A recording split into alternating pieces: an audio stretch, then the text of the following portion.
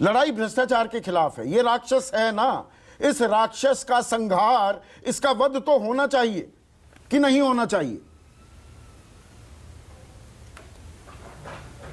देखिए, मुझे लगता है कि सबसे पहले तो हनुमान जयंती की बधाई तमाम न्यूज़ 24 के दर्शकों को और बीजेपी के भी जो कार्यकर्ता हैं और अंधभक्त हैं उन सबको बीजेपी के स्थापना दिवस की बहुत बहुत बधाई।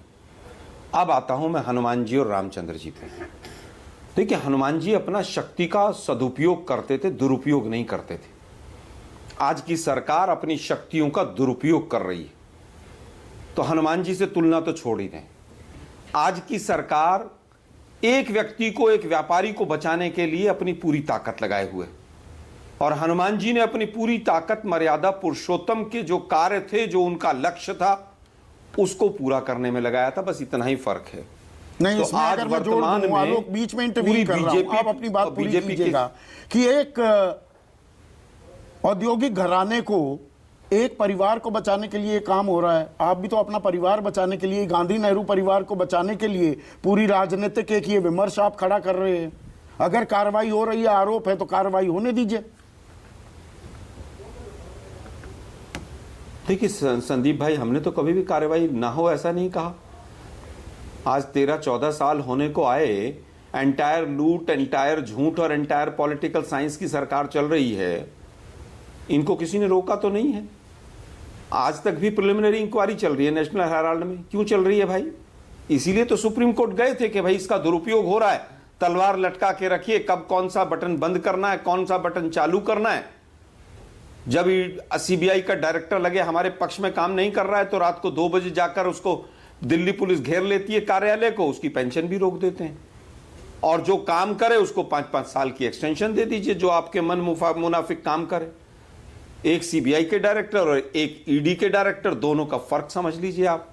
और जिसने इतिहास में काम किया हो उसको रिटायरमेंट से 3 दिन पहले दिल्ली पुलिस का कमिश्नर बना दीजिए और पूरे कायदे कानून को ताक पर रख दीजिए।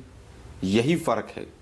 आज का मोदी जी का जो भाषण है वो पूरी तरह से एंटायर झूठ और एंटायर लूट का भाषण है।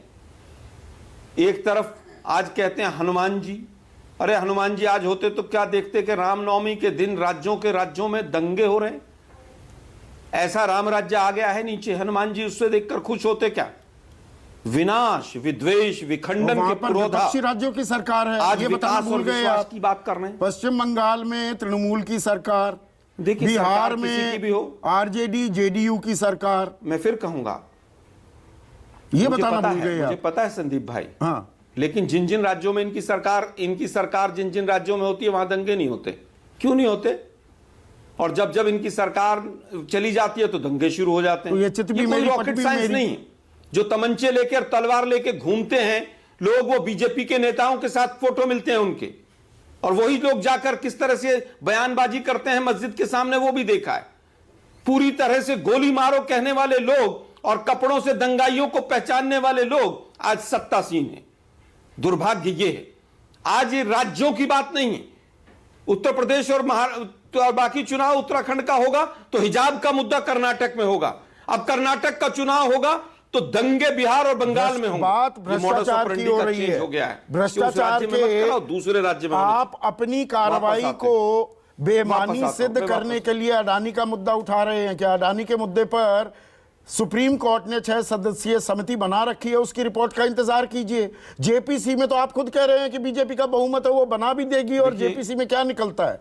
आप अपने ऊपर कार्रवाई को ढांपने के लिए अडानी का मुद्दा उठा रहे हैं क्या?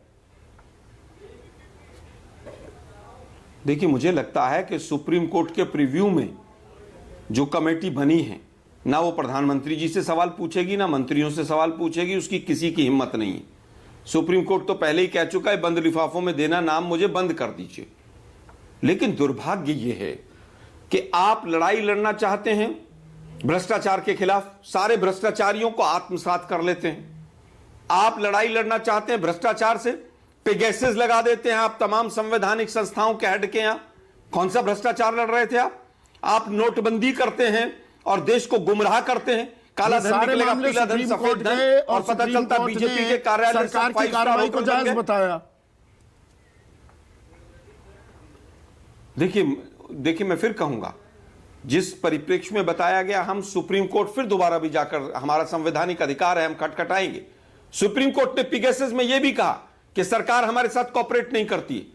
नोटबंदी के मामले में कोई जांच नहीं हुई, राफेल के मामले में कोई जांच नहीं हुई, अडानी के मामले में भाग रही है सरकार। आज पूरी सरकार जो है वो अडानी को राम मान के चल रही है, उनकी शक्ति बढ़ा रही है कि नहीं नहीं नहीं हम हनुमान हैं, अडानी साहब आप राम हैं हमारे। आज यह हालत हो गई है इस देश की। तो मुझे लगता है कि अडानी राम बन गए, सरकार हनुमान बन, एक मिनट सुनिए ना, अडानी राम बन गए, सरकार हनुमान बनी हुई है उनकी, तो अडानी राम बन गए और हनुमान बन गए अशोक गहलोत भी।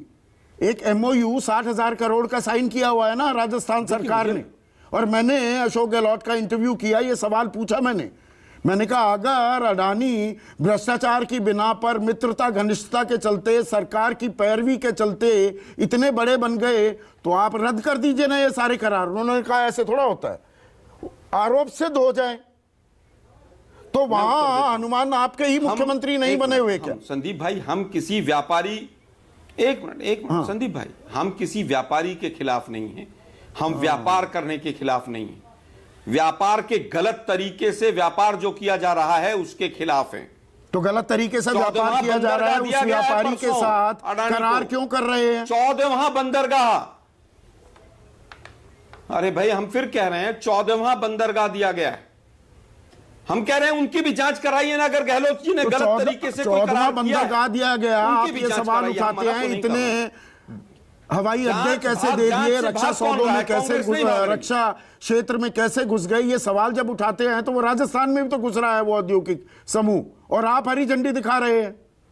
मैं फिर कहूंगा, मैं तो कह रहा हूं ना संदीप भाई, मैं कह रहा हूं, मैं सीना ठोक कर कह रहा हूं, अगर किसी कांग्रेसी ने गलत कोई ठेका दिया है, उनको कोई काम करने का गलत तरीका अपनाया है, उसके खिलाफ भी वही कार्रवाई कीजिए जो बाकियों के खिलाफ करें। लेकिन बाकी जगह वो गलत और राजस्थान में सही, ये कौन सी राजनीति है?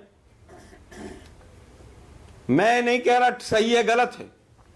अगर बीजेपी को लगता है कि वहां पर भी कुछ गलत हुआ है, गहलोत जी ने गलत किया है, तो उसकी भी जांच करा लीजिए, किसने मना किया?